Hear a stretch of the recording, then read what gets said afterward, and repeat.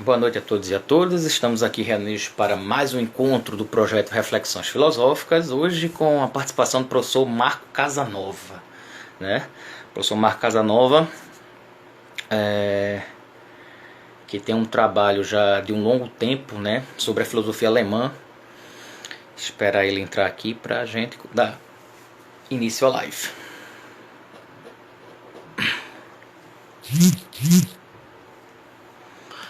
Olá, Jardel, boa noite, bem-vindo.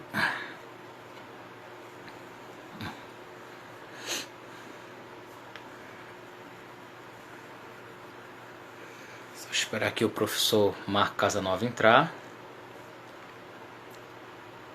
para a gente dar início à live.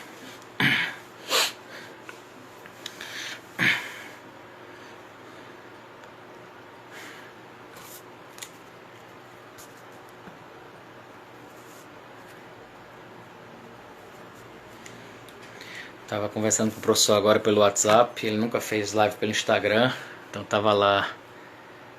Isso, entrou aqui. Agora ele entrou. Agora vai.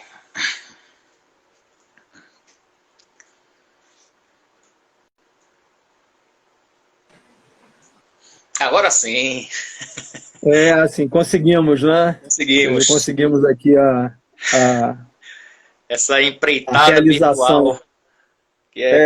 A gente que é professor, para se acostumar com essa empreitada virtual é difícil, viu? É tanta plataforma, tanto lugar pra gente que é difícil. Mas, de qualquer modo, acaba funcionando, né? Deu certo. O importante é isso. Acaba dando uma possibilidade. Isso. Eu estou aqui com o professor Marco Casanova. Apesar dele não saber, eu já acompanho o trabalho dele há muito tempo, né?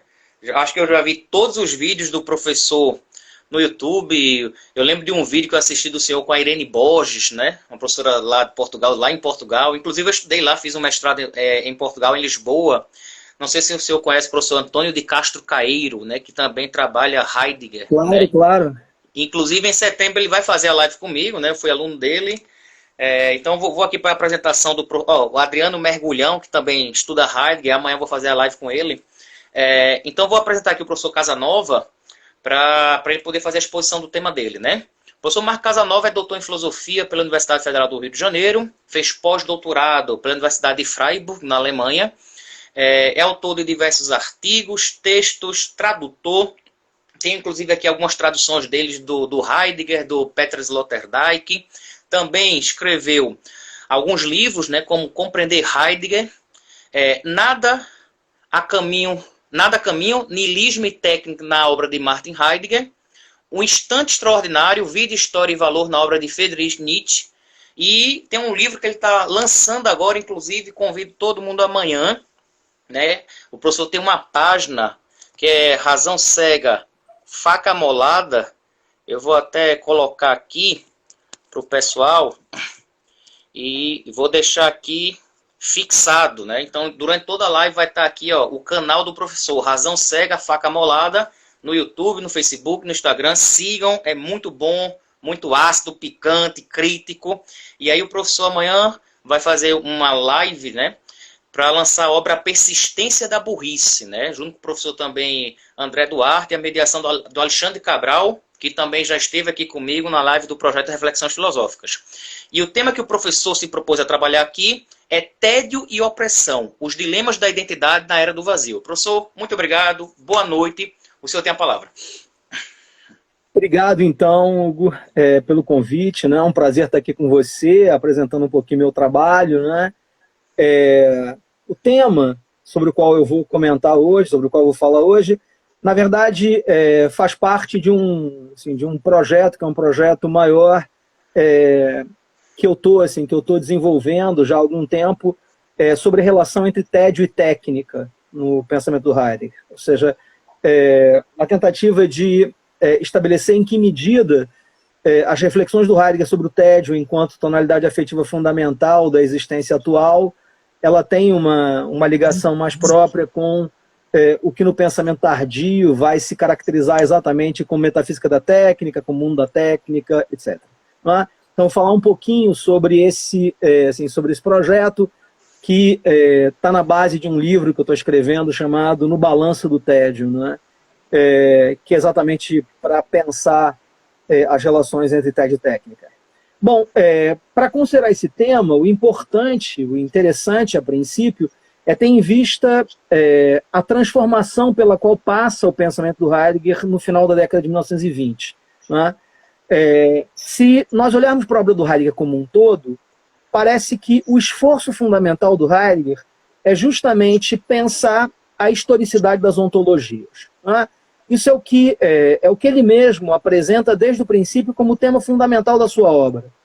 Eu costumo comentar com as pessoas que quando nós olhamos para o título da obra capital do pensamento heideggeriano, que é Ser e Tempo, o título ele induz em erro. E ele induz em erro por quê? Porque alguém podia imaginar que a obra Ser e Tempo ela teria uma parte devotada ao problema do ser e uma parte devotada ao problema do tempo. Né? Se você abre o livro e constata que a primeira parte da obra é justamente uma parte voltada para a noção de compreensão do sentido de ser, e que a segunda parte, mais para a parte final da segunda parte, completamente voltada para o tempo, isso parece se confirmar. Não é? Parece que Heidegger é um pensador que está ali apresentando justamente dois temas fundamentais do pensamento ocidental. Mas é claro que isso é resultado de uma incompreensão do que está em questão na obra. Ser e Tempo não trata de dois temas específicos, mas, ao contrário, Ser e Tempo procura pensar as últimas consequências, até que ponto toda e qualquer determinação de ser envolve necessariamente uma determinação de tempo. Por isso, o título da obra, se nós pudéssemos modular esse título, não deveria ser Ser e Tempo, mas Ser é Tempo. Bom, isso aponta na direção, então, de as últimas consequências, pensar a historicidade, a temporalidade como estruturante de todas as determinações ontológicas em geral. Por isso, o projeto, que é o projeto da obra do Heidegger como um todo, é justamente o projeto de pensar a historicidade das determinações de sentido de ser em geral. Né? Bom, esse já é o projeto da década de 1920. A questão, no entanto, é que na década de 20 o Heidegger pensa ainda como possível partir do existente humano para chegar às ontologias, à historicidade das ontologias. Né?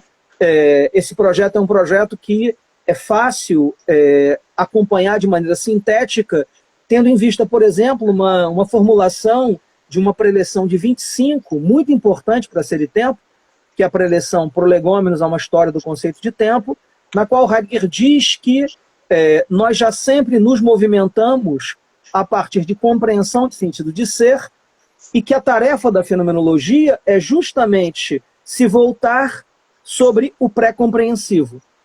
Bom, o que o Heidegger está fazendo, a princípio na década de 20, é justamente tentando encontrar uma via de acesso às ontologias históricas por meio do existente humano. Né? Esse projeto claramente fracassa. E claramente fracassa uma vez que, partindo do ser aí humano, o Heidegger jamais consegue encontrar um ponto de conexão com a determinação una desses campos históricos em geral. Com isso, o final da década de 20, antes de tudo, é marcado por uma espécie de retomada incessante da parte final de Ser e Tempo, buscando vias para contornar fundamentalmente o problema. Né? Isso acontece na Introdução à Filosofia, com uma tentativa de pensar as transformações singularizantes a partir da universidade. Isso acontece no Problemas Fundamentais da Fenomenologia, que é uma tentativa de levar adiante alguns tópicos apresentados por ele no parágrafo 8 como tópicos que ele iria desenvolver, não é? Assim, o tratamento do Aristóteles, do Kant, etc. Isso acontece no Kant e o Problema Metafísica, através de uma leitura dos esquematismos. Isso acontece, por fim, nesse texto, que é um texto muito importante, que foi minha primeira boa tradução de Heidegger, uma tradução de 2003, que se chama Os Conceitos Fundamentais da Metafísica, Mundo finitude, solidão. Né? Esse texto, que é um texto dividido em duas partes, uma parte sobre tédio, outra parte sobre a comparação entre a pedra, o animal e o ser aí humano, né? Essa obra, ela claramente tenta levar adiante uma tentativa, ela tenta levar adiante uma possibilidade de resolução dos problemas apresentados em Ser e Tempo. Né? E a solução que o Hariri parece tomar nos conceitos é a seguinte. Né? Bom, Ser e Tempo não teria alcançado essa unidade, que é a unidade entre a existência e o mundo, porque ele teria se deixado levar por uma tonalidade afetiva fundamental de matriz por demais ontológica, e, nesse sentido, desvinculada do campo histórico propriamente dito. Né? Vamos explicitar isso um pouco melhor. Né? O que ele está, de alguma forma, supondo é que a angústia, o angustiar-se, é alguma coisa que não tem vínculo fático propriamente dito. Em qualquer época, seja no século XX a.C., seja no século XXII depois, seja no século XII, XV, XIV, XIII, etc., é sempre possível angustiar-se. E, nesse sentido, a angústia ela não abre uma possibilidade plena para pensar justamente a ontologia histórica do tempo que é o nosso. Se vocês abrirem os conceitos no parágrafo 16, que é o parágrafo que literalmente abre a obra, até o parágrafo 15 você tem a introdução, que é a introdução do texto. O Hariri começa o parágrafo 16 dizendo: a tarefa da preleção é despertar uma tonalidade afetiva fundamental de nosso ser aí atual, de nosso filosofar atual, e com essa formulação ele abre uma espécie de campo diverso, campo de tensão com o projeto de Ser e Tempo. Porque o que ele está dizendo, as últimas consequências, é que essa tonalidade, que nós vamos descobrir em seguida como sendo tédio profundo, que essa tonalidade é uma tonalidade que não se caracteriza única e exclusivamente pela sua matriz ontológica, mas, ao contrário, ela tem um vínculo fático indelével. Ela não é a tonalidade afetiva fundamental de nosso filosofar atual, mas ela é uma. E isso significa dizer que ela não tem simplesmente um vínculo, que é um vínculo com a possibilidade da existência, mas ela tem claramente uma vinculação, uma ligação com a facticidade do homem contemporâneo.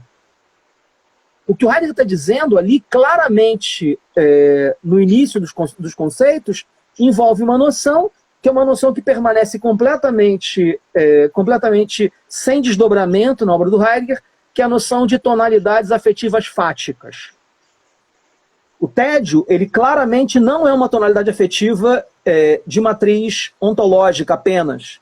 É claro que qualquer um pode se entediar em qualquer tempo.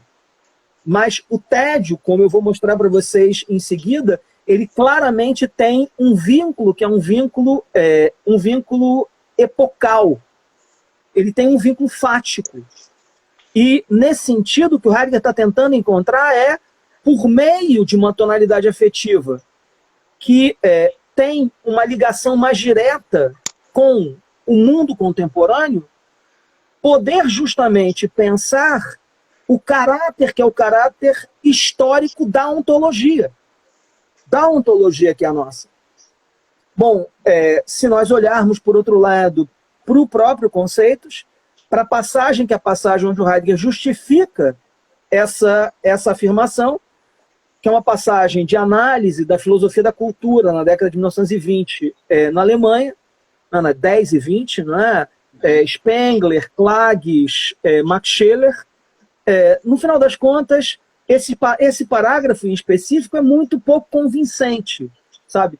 E muito pouco convincente por quê? Porque o Heidegger está tomando, na verdade, esses pensadores como sintoma do problema do mundo contemporâneo. Mas é difícil você, a partir de sintomas, você chegar ao cerne propriamente dito do campo de sentido que torna possível para alguém afirmar, por exemplo, que o tédio é uma tonalidade afetiva fundamental de nosso filosofar atual. Você tem um problema, na verdade, um problema que o Heidegger não consegue resolver nos conceitos. O destino dos conceitos é um destino muito semelhante ao destino de ser e tempo. Ele acaba se interrompendo no momento da singularização, sem que você tenha as últimas consequências, uma possibilidade de acessar a temporalidade do ser, a temporalidade do mundo. Né? Uma coisa é você descrever a temporalidade existencial, o tempo do ser aí humano. Uma outra coisa é você descrever o tempo do mundo. Né? Bom, exatamente isso que não se resolve nos conceitos, a meu ver, aparece mais plenamente justificado em meio à compreensão heideggeriana, a descrição heideggeriana do modo de ser do homem contemporâneo, do ser aí humano contemporâneo. Né? Só para fazer um adendo, a própria relação entre tédio e técnica, ela tem lastro bibliográfico.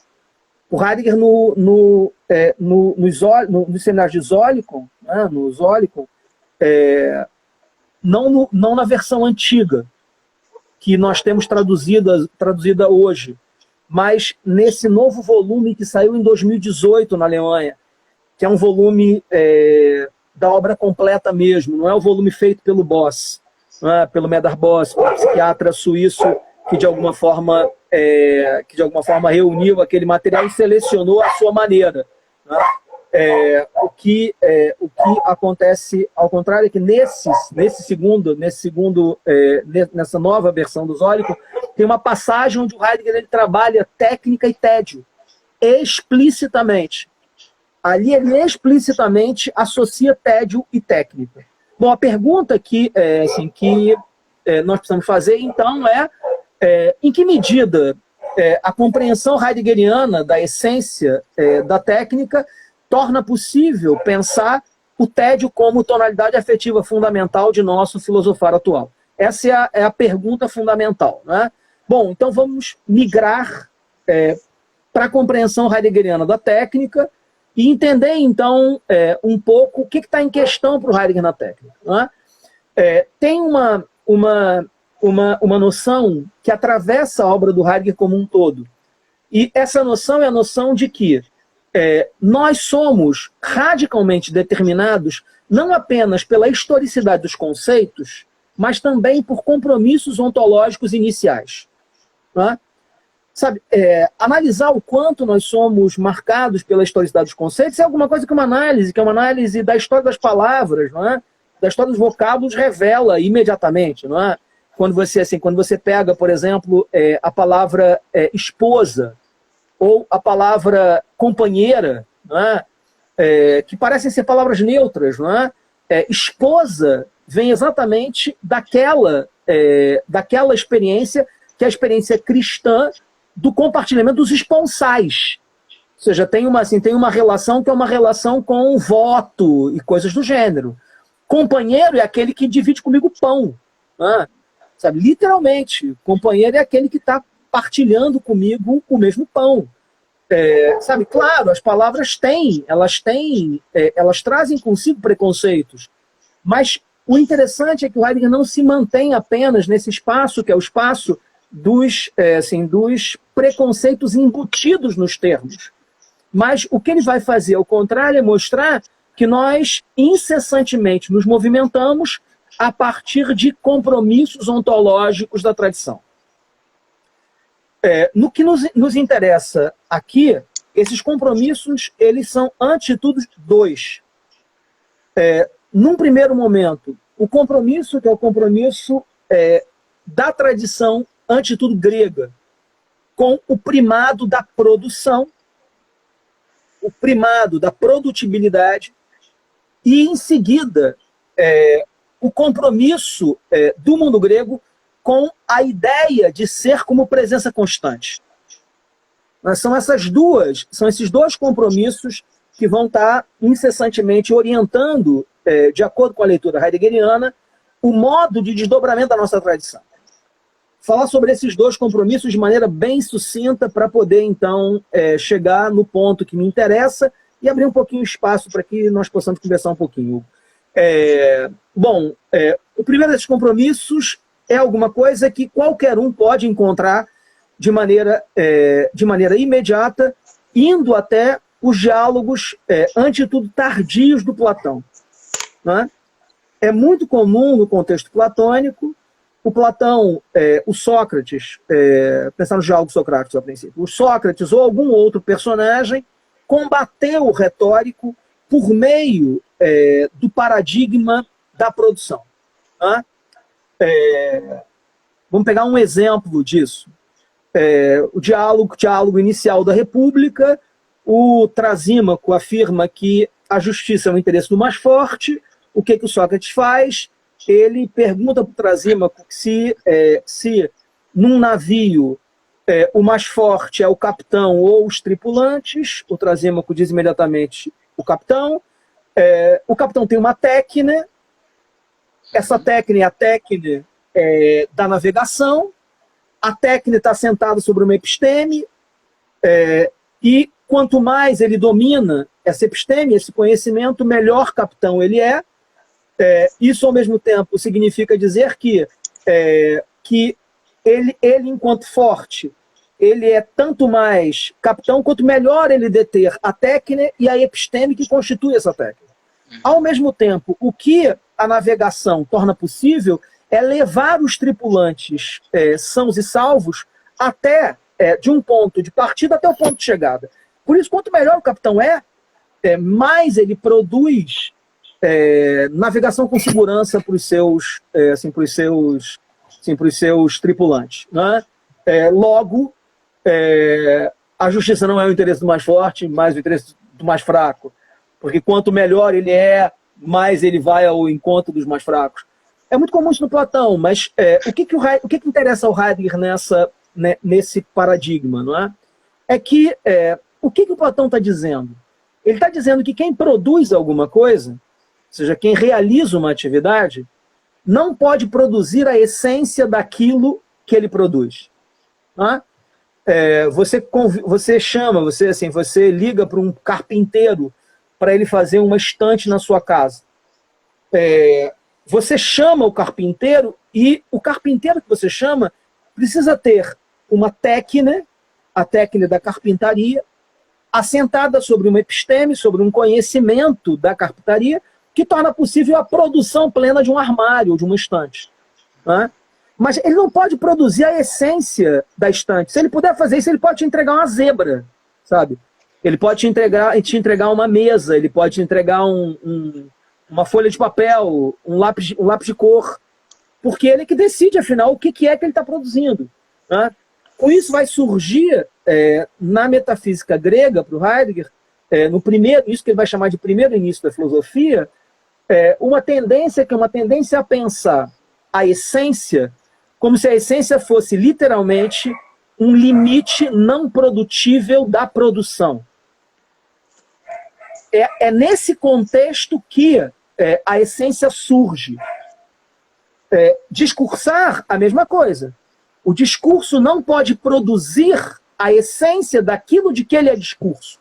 Mas ele precisa incessantemente se orientar enquanto detentor de uma técnica e de uma episteme. A dialética ela tem uma certa técnica. Ela é a arte de colocar perguntas e dar respostas. Não é? Tem uma episteme. A episteme que vai se montando exatamente através do discurso. E, ao mesmo tempo, então, a produção do discurso obedece a essa tríade.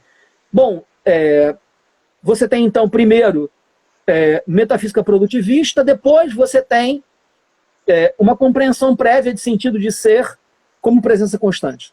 Né? Ser é o que permanece. Ser é o sia, para usar a expressão do Aristóteles. Mas o sia, que as pessoas traduzem muitas vezes por substância, na verdade é o aoristo de ser, que significa aquilo que permanece por mais de 2 instantes. Isso aqui é entidade. A entidade tem uma relação com permanência. ela é aquilo que se mantém. Né? Bom, como é que o Heidegger vai ler a história da filosofia? A história da filosofia é a história do paulatino movimento de avanço da produção sobre os limites não produtíveis da produção. De um tal modo que o que caracteriza o nosso tempo é que o nosso tempo ele é a consumação exatamente dessa tradição marcada justamente pelo predomínio da produtibilidade, pelo predomínio da produção. Se, do primeiro início da filosofia, produzir significava não poder produzir a essência do que você produz, agora, no fim desse caminho, tudo é produtível, tudo é produtibilidade, tudo é factível. Mas por que tudo é factível? Qualquer pessoa podia perguntar assim, mas como assim, cara? Eu continuo chamando um marceneiro para vir fazer um armário na minha casa, ele não me entrega um javali, ele me entrega uma geladeira, ele me entrega um armário. Claro, isso procede. Mas quem define se vai ter ou não vai ter carpinteiros para produzir armários é a conjuntura, é a constelação relacional, é esse campo relacional no qual tudo é produzido. O que o Heidegger está vendo é que, exatamente na transformação de tudo em resultado das circunstâncias, que é o que caracteriza, de alguma forma, o mundo contemporâneo, o que você vai ter é uma retenção estranha de uma tendência que é própria à nossa tradição, que é a tendência de fugir da historicidade do ser. Esse é o tema do Heidegger, sabe? Nós existimos numa tradição de fuga da historicidade, fuga da mortalidade, fuga da finitude, fuga do existir, da existência, da clareira, se vocês quiserem. Né? O mundo contemporâneo, por outro lado, ele estranhamente se mostra como um modo ainda mais radical de fuga. Um modo ainda mais radical, dia, de manutenção dessa fuga constitutiva da nossa tradição. Né? E por que isso? Porque, na medida em que tudo vai sendo transformado em sucessão infinita de agoras, o que você tem no mundo contemporâneo é a redução da historicidade à produção incessante de configurações fugazes sem duração. Essa é a leitura que o Heidegger vai fazer no mundo contemporâneo. Sabe? Nós estamos todos condenados a um esquema oriundo da tradição, não tenho como desdobrar isso aqui melhor, né? Isso dependeria de uma explicitação do modo de leitura do Heidegger da filosofia moderna, mas o que acontece no mundo contemporâneo é que nós existimos sob o domínio de uma subjetividade não egóica, não humana, vazia, abstrata, que transforma tudo em produto contingente das circunstâncias. Para a técnica, é absolutamente irrelevante se eu estou ou não estou aqui. É irrelevante o que eu faço aqui. Se eu estivesse aqui fazendo o tempo inteiro palhaçada, se eu estivesse o tempo inteiro falando sobre coisas ridículas, isso para a técnica é irrelevante, porque ela não tem nenhum compromisso com as conjunturas, ela não tem nenhum compromisso com os conteúdos. Ela é um mero esquema posicionador de tudo como relação. Né? Bom, mas é exatamente nesse mundo em que, para usar a frase do Nietzsche, que o Heidegger adora citar, nesse mundo em que o ser se transforma em fumaça, que ser vai se tornando radicalmente um problema. Né? Sabe, tem uma particularidade no mundo contemporâneo, não é? É que claramente ele é tomado por esses fenômenos, que são os fenômenos da velocidade, do gigantismo, da vertiginosidade. Não é? Sabe, nós existimos num mundo que é um mundo cada vez mais rápido. Sabe, nós entramos na pandemia, que é uma situação de ruptura, uma situação de suspensão, sabe, um sursia. você tinha que parar.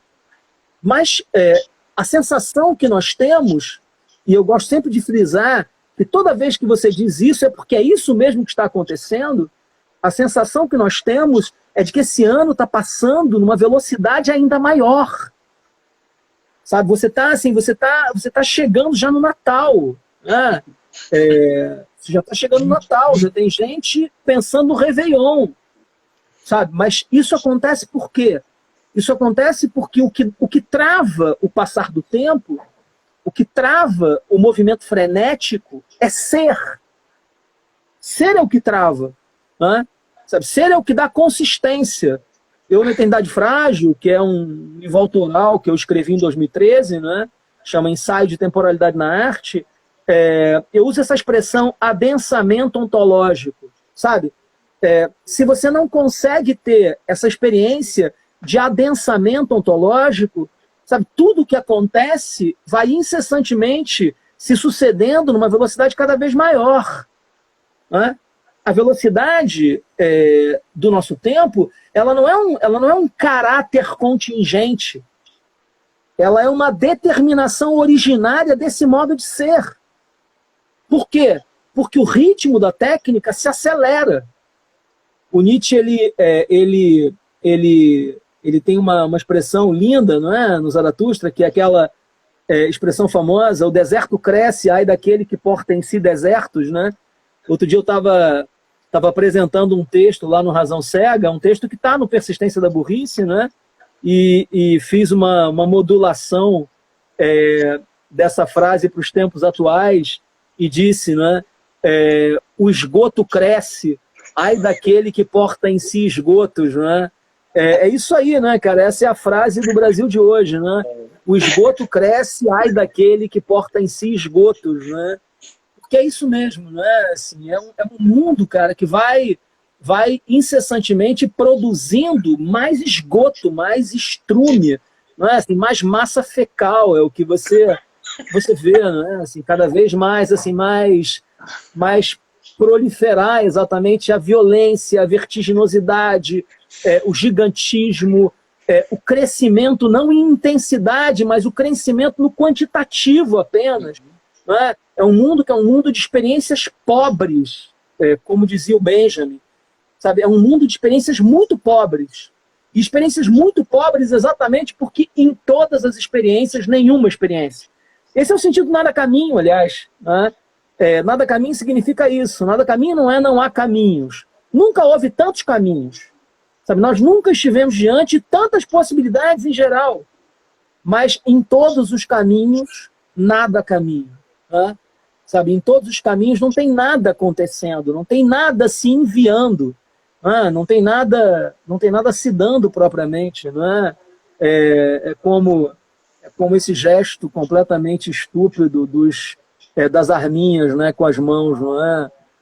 Esse gesto completamente de mau gosto, né? O coração era melhor, né? Que era, por mais que fosse mais cafona, né? O coração era melhor.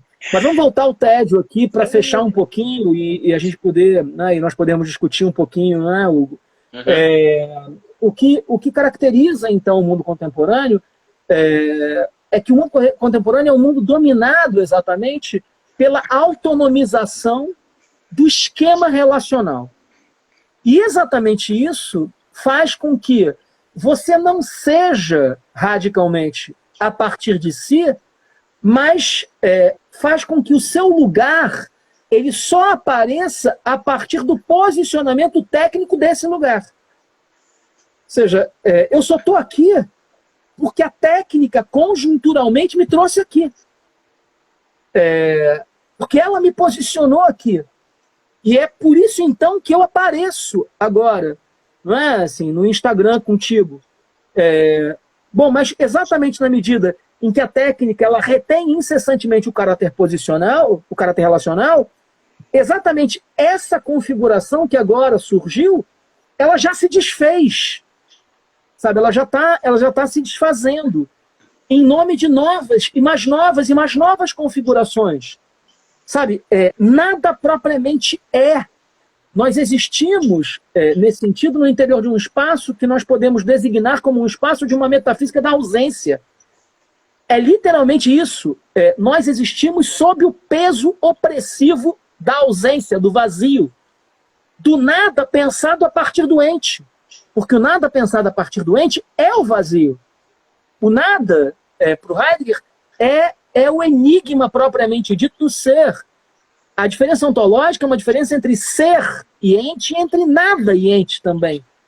Mas, no nosso tempo, todas as nossas experiências de nada, de negatividade, são experiências de ausência, experiências de vazio, experiências de dissolução. Sabe? É como se o nada não tivesse nenhuma possibilidade própria de ser. Um mundo sem mistério, por conseguinte, né? Um mundo sem espanto. Um mundo cada vez mais marcado exatamente pelo acolhimento da vida tal como ela vem. Não é? Bom, mas exatamente na medida em que o si mesmo vai se tornando incessantemente um disponível para os posicionamentos técnicos, ser para o homem contemporâneo é cada vez mais problemático. Bom, mas o que é o tédio? O tédio, tal como Heidegger descreve nos conceitos. Tédio nada mais é do que doença do si próprio, para dizer o termo do Kierkegaard. Desespero, se vocês quiserem.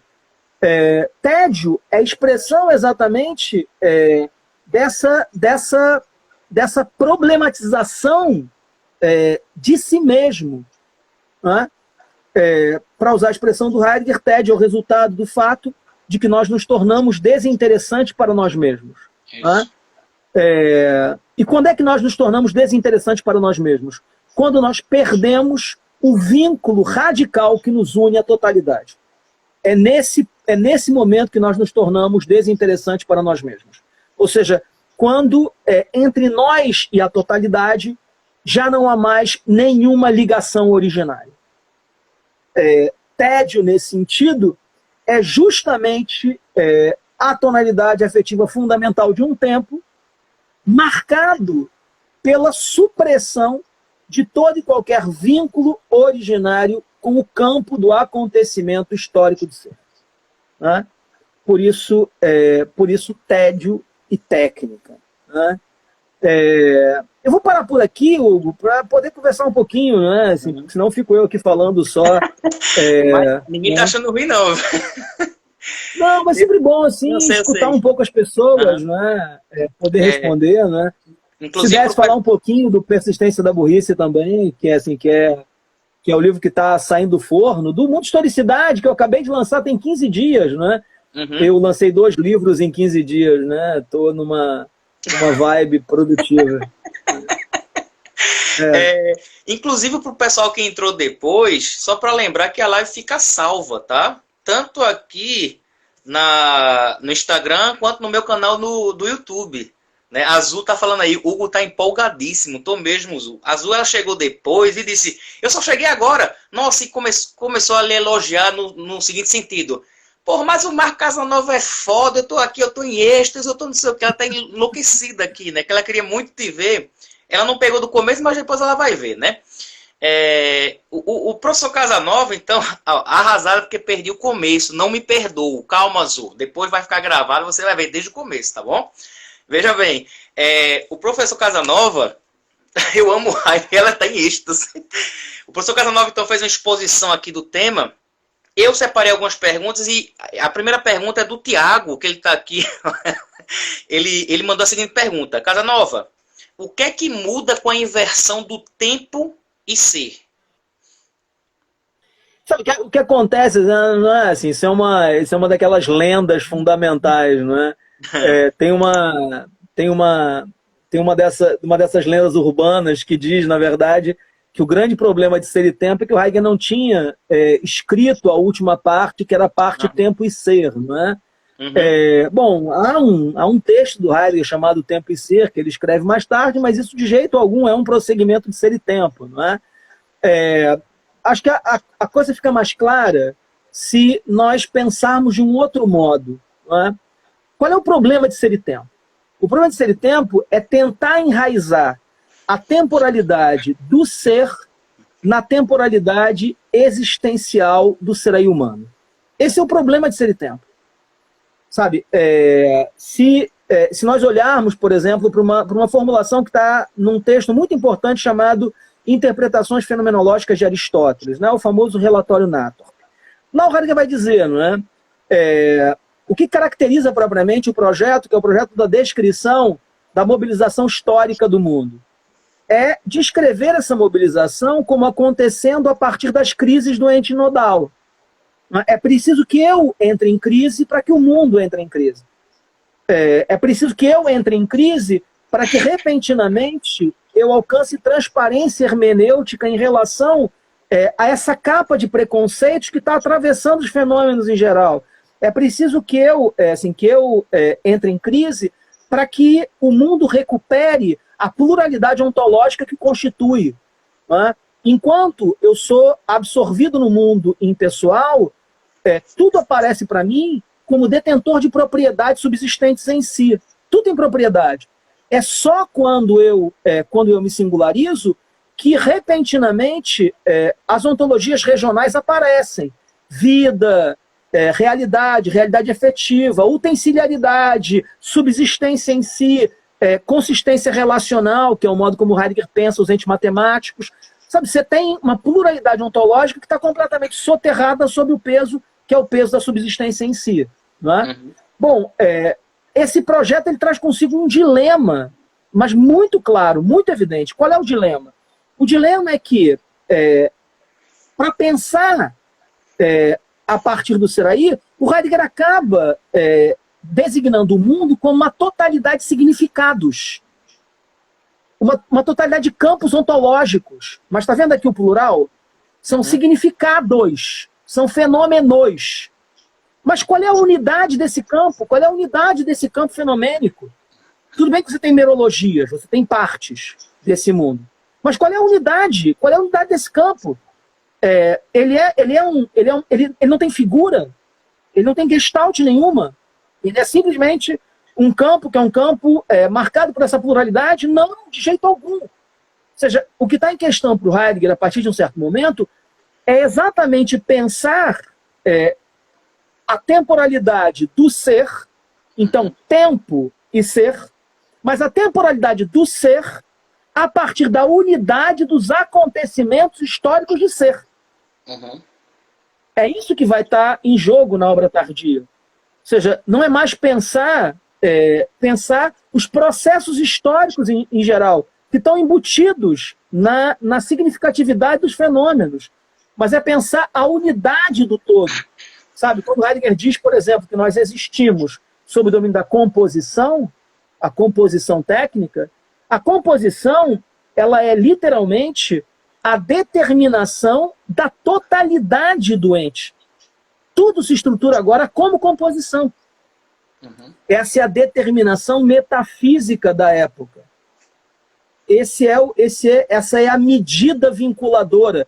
Foi assim que o Stein traduziu uma expressão da Conferência da Essência da Verdade, que é a expressão bindender iste, que significa, traduzindo literalmente, uma medida, um orientador, um critério vinculante. É isso que é. Um critério enlaçante. A ineriste é uma linha que divide alguma coisa, sabe? Ela é uma medida para bindender vinculante. Inserir tempo, se você procurar essa medida vinculante, você não encontra de jeito nenhum. Ela não está lá. E é por isso que ele não consegue pensar o tédio como tonalidade afetiva fundamental de nosso filosofar atual. Uhum.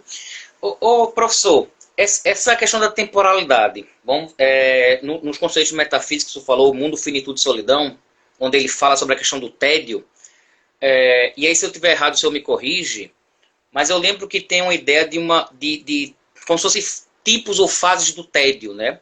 Existe o tédio, ele até usa o exemplo, que eu espero o comboio, e aí eu tenho um tempo ali que eu tenho que esperar 5 horas pelo comboio passar, e aí eu tenho um processo relacional com o tempo. Aí tem um segundo momento que é o tédio que eu só percebo quando eu estou fora da situação. Ele usa o exemplo de uma festa, né? de uma reunião onde tem pessoas e que eu só percebo esse tédio depois que eu saio daquele evento, né? E uma terceira fase do tédio, que seria um tédio profundo. A pergunta é, nesse aspecto do tédio profundo, eu perco essa relação com o tempo? Eu poderia dizer que esse tédio profundo é o que hoje as pessoas enxergam como depressão? Cara, obrigado, Hugo. Vou aproveitar e responder junto com a tua pergunta, a pergunta do Bruno, não é? Sobre se existe uma possibilidade de escapar do tédio. Não é? Certo.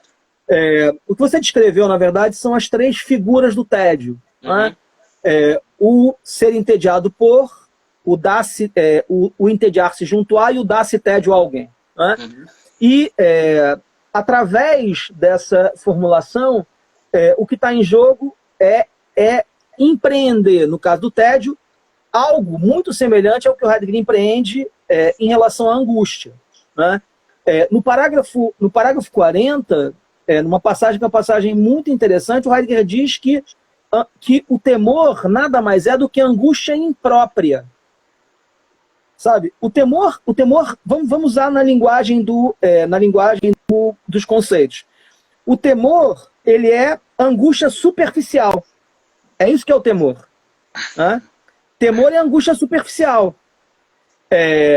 Mas a tarefa do pensamento é sair da experiência superficial para a experiência profunda. Né? A diferença dos conceitos é que você não tem simplesmente o ser entediado por e o tédio profundo, como você tinha o temor e a angústia. Mas tem uma figura intermediária, que é exatamente o tédio da festa, que é diferente do tédio superficial, porque ele tem um certo vínculo epocal. Ele está pensando no mundo da diversão, claramente. Né? Ele está pensando nesse mundo que é um mundo que gera o tédio, que gera o passatempo, para afugentar um tédio que está o tempo inteiro ali mobilizando o passatempo. Então, o que caracteriza o tédio da festa é que no tédio da festa, o passatempo é a festa. E, nesse sentido, o tédio está sempre presente na festa, mobilizando a festa enquanto passatempo. Né? E a descrição que ele faz ao final dessa segunda figura é uma descrição triste, né? Porque ele vai dizer que o que caracteriza o tempo da festa é que o tempo da festa é um único instante que se dilata por quanto tempo a festa durar, sem que nada aconteça com o meu si mesmo. Ou seja, o tempo da festa é o tempo do niilismo, claro. Sabe? É o tempo do homem fugindo incessantemente dessa situação que é a dele. A situação de precisar ser quem ele é a partir de uma radical relação com o ser historicamente determinado. Sabe, uma vez você estava comentando a Irene disse uma coisa assim, muito, muito interessante, sabe? Uma formulação que eu assinaria, que é a formulação segundo a qual a essência do pensamento heideggeriano se descreve por meio da sentença o ser aí é esse ente que coloca em jogo o seu ser, colocando em jogo o ser de tudo que é. Sabe, o que caracteriza o ser aí humano é que ele é a totalidade. Radicalmente. Eu não sou eu e a totalidade. Eu sou a totalidade. Porque as minhas possibilidades de ser são sempre possibilidades do meu mundo. Nesse sentido, quando eu coloco em jogo o meu ser sendo, eu coloco em jogo o ser de todas as coisas que são. De todos os outros que comigo compartilham o mundo. Que compartilham a clareira. Sabe? O que acontece na festa é que o ser aí, em meio à festa, ele se encontra completamente destituído do seu lugar enquanto guardião do ser. Mas o que é isso, guardião ou pastor do ser? Sabe, isso aí, cara, são dessas expressões que as pessoas usam para te sacanear de vez em quando, né? O cara estuda Heidegger, o cara vê você e diz assim, ô pastor, tudo bem, pastor do ser? Né? Mas se você esmiuçar o que está em questão na expressão, O que o Heidegger está dizendo é que nós somos os guardiões do ser porque nós somos esses entes que, sendo, colocam em jogo não apenas o seu ser, mas o ser de todas as coisas, de todos os outros. Né? Nesse sentido, é possível escapar do tédio não por meio da diversão. Né?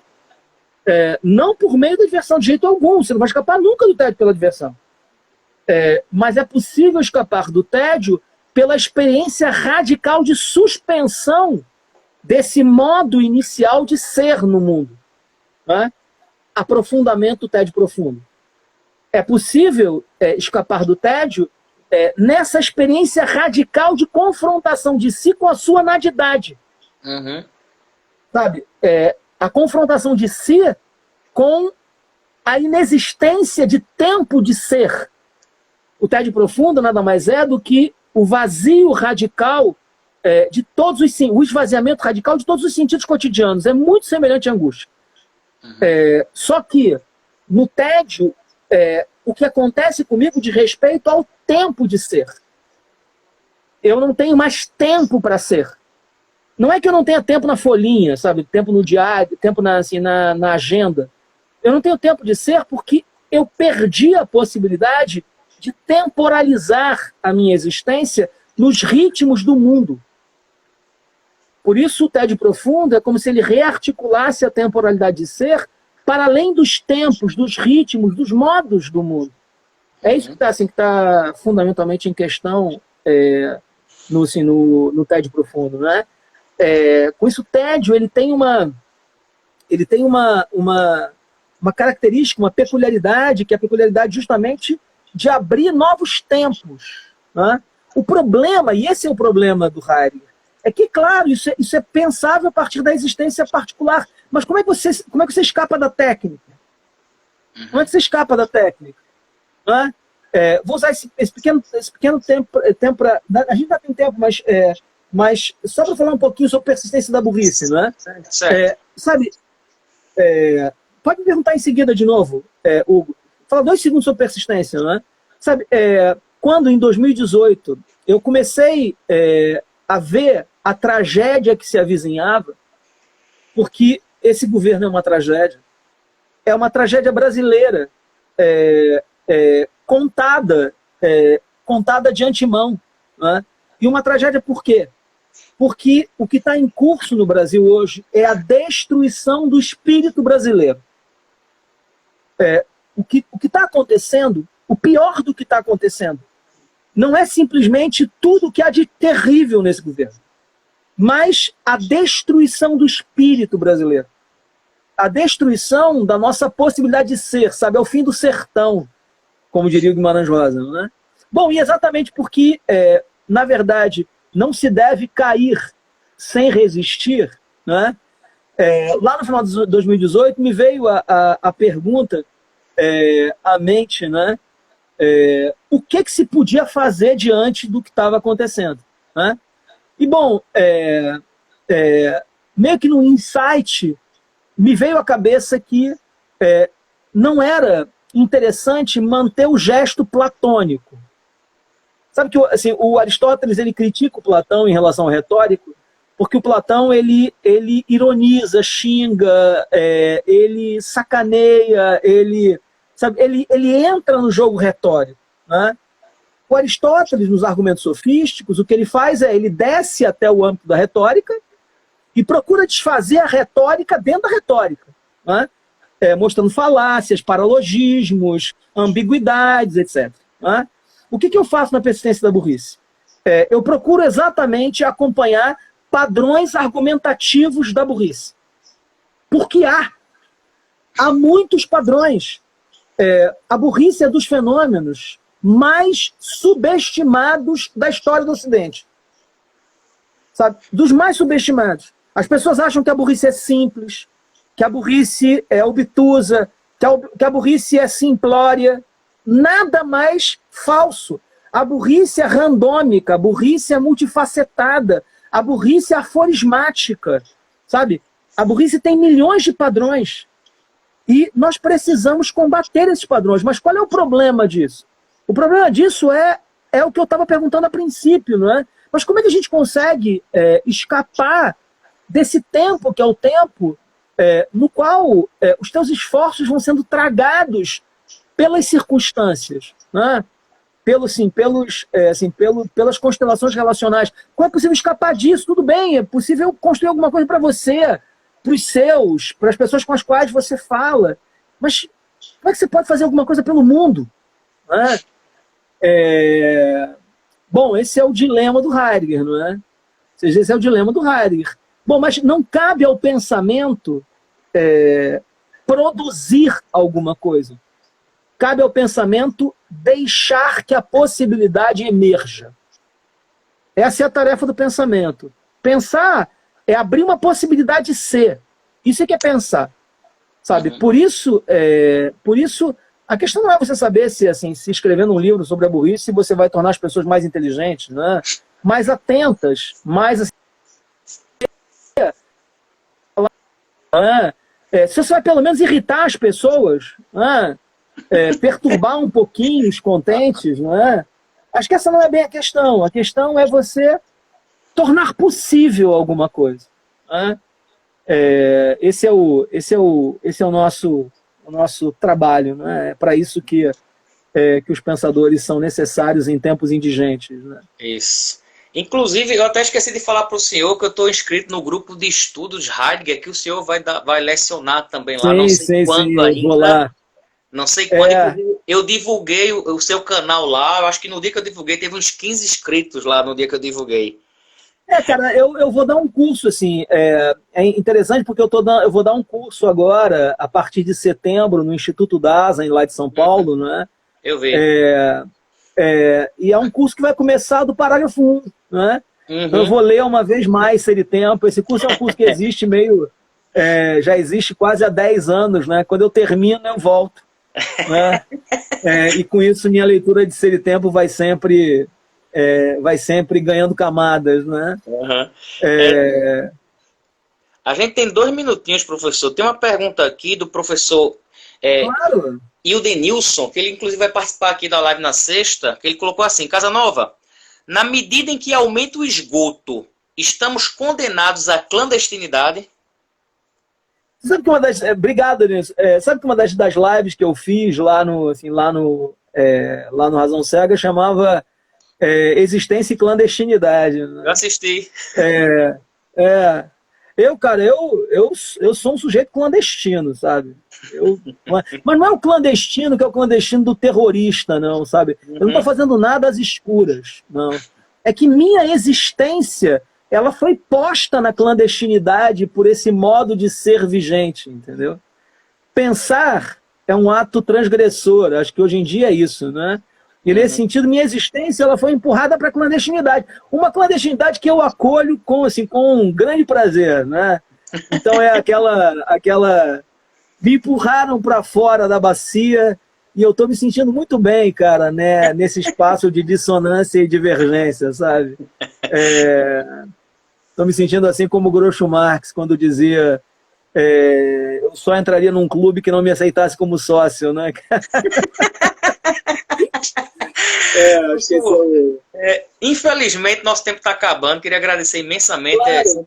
Sempre muito bom te escutar. Eu vou colocar isso aqui, depois, se quiser, eu posso até enviar o link para você da conversa. Só dizer uma última coisa: se as pessoas elas quiserem informações sobre os cursos, não é? Basta mandar um e-mail para cursos@institutodasein.org ou entrar simplesmente, bota lá na internet Instituto Dasein, que aparecem lá os cursos. Não tem só os meus, não. Tem também cursos do Alexandre Cabral, tem curso do Roberto Remião e do André Assis, né? Tem lá outras opções. Inclusive, né? tem a compre o Persistência da Burrice, cara. Comprem a Persistência da Burrice, né? Inclusive, eu deixei esse livro é um livro aqui, assim, que eu gostei muito de escrever. Eu deixei aqui fixado, né, o canal do professor, então, tanto no Facebook, no Instagram, quanto no YouTube, Razão Cega Faca Molada. Então, se quiser pegar informação... Só coloca o link da Via Verita também para as pessoas, se quiserem, dar uma olhada no livro, né? É porque tá acabando a live, falta 15 segundos só. Ele encerra, mas aí quando eu for publicar agora o vídeo, eu coloco lá, tá bem? É www.viaverita.com.br. Via Verita, pronto, eu vou botar lá agora, assim que encerrar. Obrigado, professor.